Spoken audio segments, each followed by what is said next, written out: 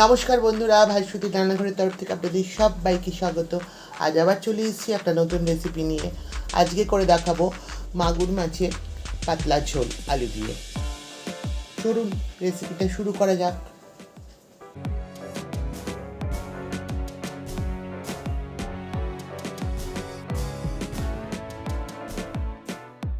আজ খুব মাগুর মাছ খেতে ইচ্ছে করলো, তাই বাজারে গিয়ে ছোট ছোট মাগুর মাছ নিয়ে এলাম। দেখুন, আর ঝটপট করে রান্নাটাও সেরে ফেললাম আর আপনাদের সাথে শেয়ার করতেও চলে এলাম। চলুন রেসিপিটা শুরু করি। প্রথমে আমি মাগুর মাছটায় নুন আর হলুদের গুঁড়ো মাখিয়ে নেব। হলুদ দিয়ে দিলাম, দিয়ে দিচ্ছি পরিমাণ মতন লবণ। ভালো করে নুন হলুদটা মেখে নিচ্ছি মাছের গায়ে।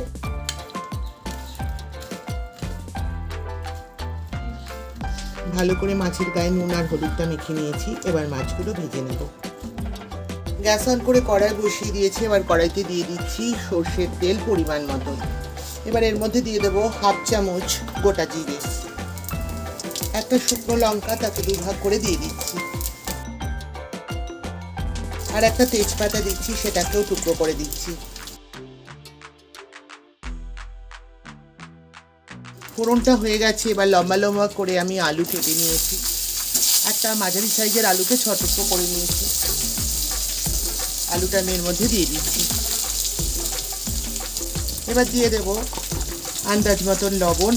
আপনারা যেরকম লবণ খান সেটা বুঝে দেবেন, কারণ আমি মাছ মাখার সময় বেশ খানিকটা লবণ দিয়েছিলাম, তাই সেটা বুঝে আমি লবণ ব্যবহার করছি। দিয়ে দিচ্ছি হাফ চামচ হলুদের গুঁড়ো। এবার নুন আর হলুদ দিয়ে আলুটাকে একটুকাল কষিয়ে নেব।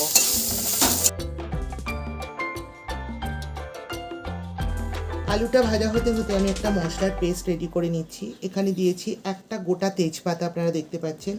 দিয়েছি মাঝারি সাইজের একটা পেঁয়াজ টুকরো করে, দিয়েছি একটা মাঝারি সাইজের টমেটো, 3টে কাঁচা লঙ্কা, 1 ইঞ্চি আদা, 7টা গোলমরিচ গোটা, 1 ইঞ্চ মতন দারচিনি, 3টে এলাচ, 1 ইঞ্চ মতন আদা। এবার এগুলো সব কিছু একসাথে ভালো করে একটা মশলার পেস্ট রেডি করে নিয়ে ফিরে আসছি। মশলার পেস্টটা রেডি হয়ে গেছে। এবার চলুন দেখি আলুটা কতটা ভাজা হলো। এবার দিয়ে দেবো এর মধ্যে নুন হলুদ মাখিয়ে রাখা মাগুর মাছগুলো। এবার আলুর সাথে মাগুর মাছটা একটু কিছুক্ষণ ধরে সাঁতলে নেব।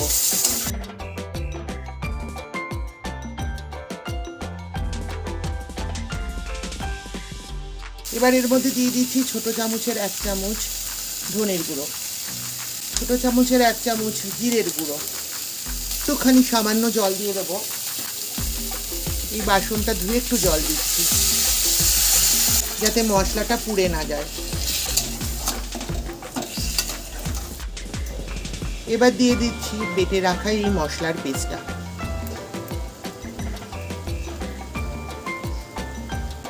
মশলাগুলো সব একসাথে ভালো করে মাছ আর আলুর সাথে কষিয়ে নেব।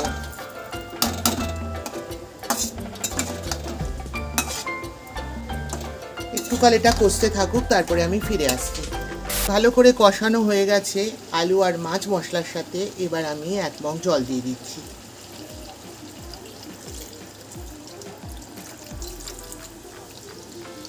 মাগুর মাছ বেশ নরম, তাই সেদ্ধ হতে বেশিক্ষণ সময় লাগবে না। এবার আমি একটা ঢাকনা দিয়ে দিচ্ছি। ঢাকা অবস্থাটা রান্না হতে থাকুক, আমি 5 মিনিট পর ফিরে আসছি। বন্ধুরা, ফিরে এলাম। রান্নাটা আমার অলমোস্ট হয়েই গেছে। এবার আমি ওপর থেকে একটু গরম মশলা দিয়ে দেব। ছোট চামচের হাফ চামচ শাহি গরম মশলার গুঁড়ো দিচ্ছি, আর কাঁচা লঙ্কা দিয়ে দেবো। আমি এখানে 3টে কাঁচা লঙ্কা নিয়েছি। আমি 3টে কাঁচা লঙ্কা নিয়েছি। আপনারা যেরকম ঝাল খান সেটা বুঝে লঙ্কা ব্যবহার করবেন। আমি মাঝখান থেকে একটু ফাটিয়ে দিচ্ছি, দিয়ে আমি লঙ্কাগুলো দিয়ে দিচ্ছি।